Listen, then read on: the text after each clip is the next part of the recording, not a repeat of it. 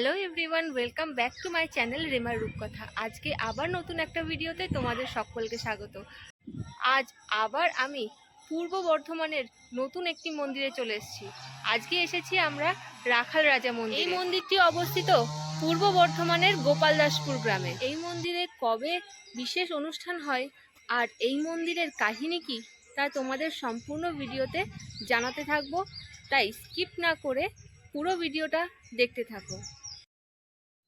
আমরা বাড়ি থেকে বেরিয়েছিলাম সকাল 9:30টায়, আর মন্দিরে পৌঁছাতে বেজে গিয়েছিল প্রায় 11। যদি আপনারা বাসে যান তাহলে বইচিগুড়া বাস ধরে তালার মোড় নেমে সেখান থেকে অটো বা টোটো ধরে পৌঁছে যেতে পারেন এই মন্দিরে। তালার মোড় থেকে প্রায় 3 কিলোমিটার যাওয়ার পর আপনি মন্দিরের গেট দেখতে পাবেন, কিন্তু এটি শুধুমাত্র এই মন্দিরটি অবস্থিত এই গ্রামের শেষ প্রান্তে।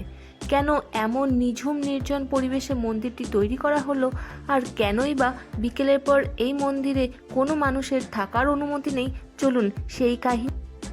এই মন্দিরটি তৈরি হয়েছিল এক সিদ্ধ বৈষ্ণব রামকানু গোস্বামীর মাধ্যমে। জনশ্রুতি আছে তিনি কালা পাহাড়ের ভয়ে অথবা নিজের পারিবারিক সমস্যার জন্য নদিয়া থেকে কালনায় পালিয়ে এসেছিলেন।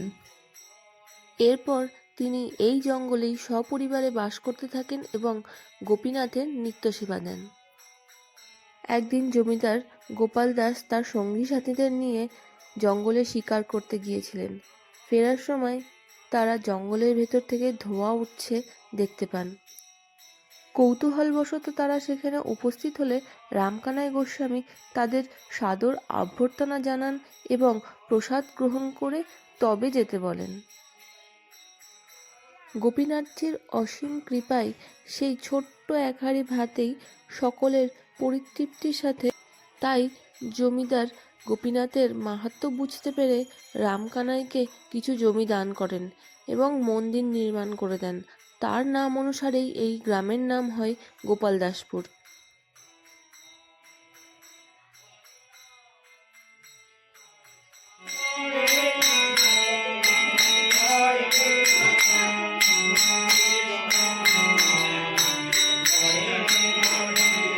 রামকানাই গোস্বামী ছিলেন একজন বাকসিদ্ধ পুরুষ।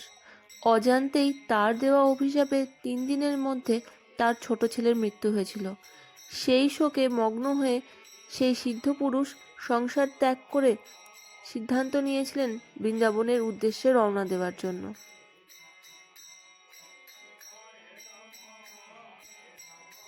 সেই রাতেই তিনি স্বপ্নে দেখেন গোপীনাথ রাখাল রাজা বেশে তাকে বলছেন তার আর বৃন্দাবন যাওয়ার প্রয়োজন নেই। পরের দিন পাশের যমুনা পুষ্করিণীতে যে কাঠ ভেসে থাকবে তা দিয়েই নদিয়ার বাঘনাপাড়ার এক 5 বছরের বালকের কাছে গেলে সেই রাখাল রাজার মূর্তি তৈরি করে দেবে।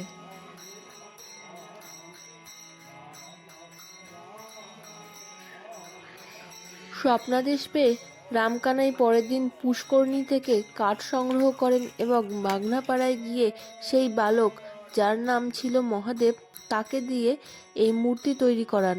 সেই মূর্তি আজও পূজিত হয়ে আসছে রাখাল রাজা মন্দিরে।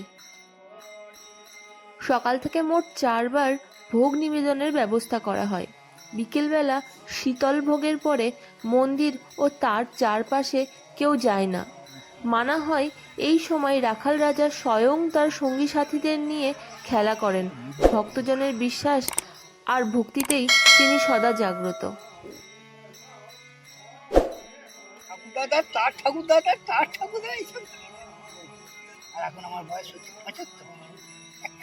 কি করেন আপনি? মন্দিরে প্রতিদিন এরকম লোক হয়? আর বিশেষ অনুষ্ঠান কিছু হয়? রামনবমীতে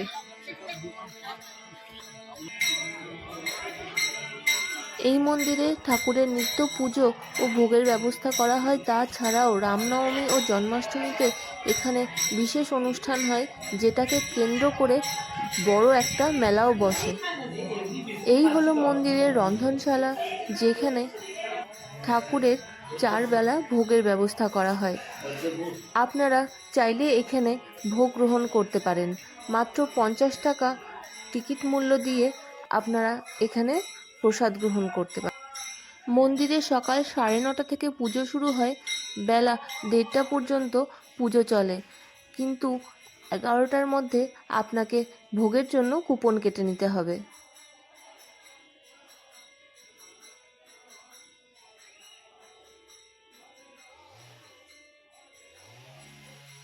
একদিনের ছুটিতে কাটানোর মতো মনোরম সুন্দর একটি শান্ত নিরিবিলি পরিবেশ এই রাখাল রাজা মন্দির।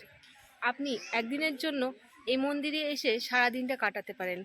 খুব নির্জন প্রকৃতির এই মন্দিরে আপনার ভালো লাগবেই। মন্দিরের চারিদিকটা ঘুরে দেখতে দেখতেই সময় হয়ে গেল দুপুরের ভোগ আরতির।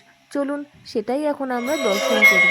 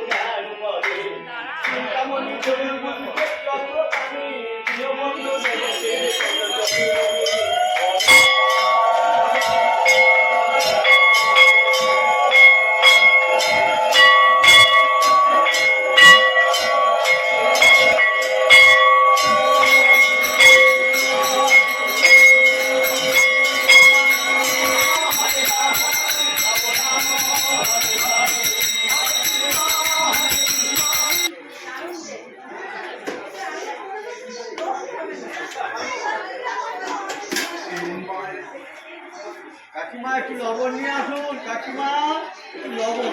আজকের ভিডিওটি ভালো লাগলে লাইক, শেয়ার, কমেন্ট করতে একদম ভুলবেন না।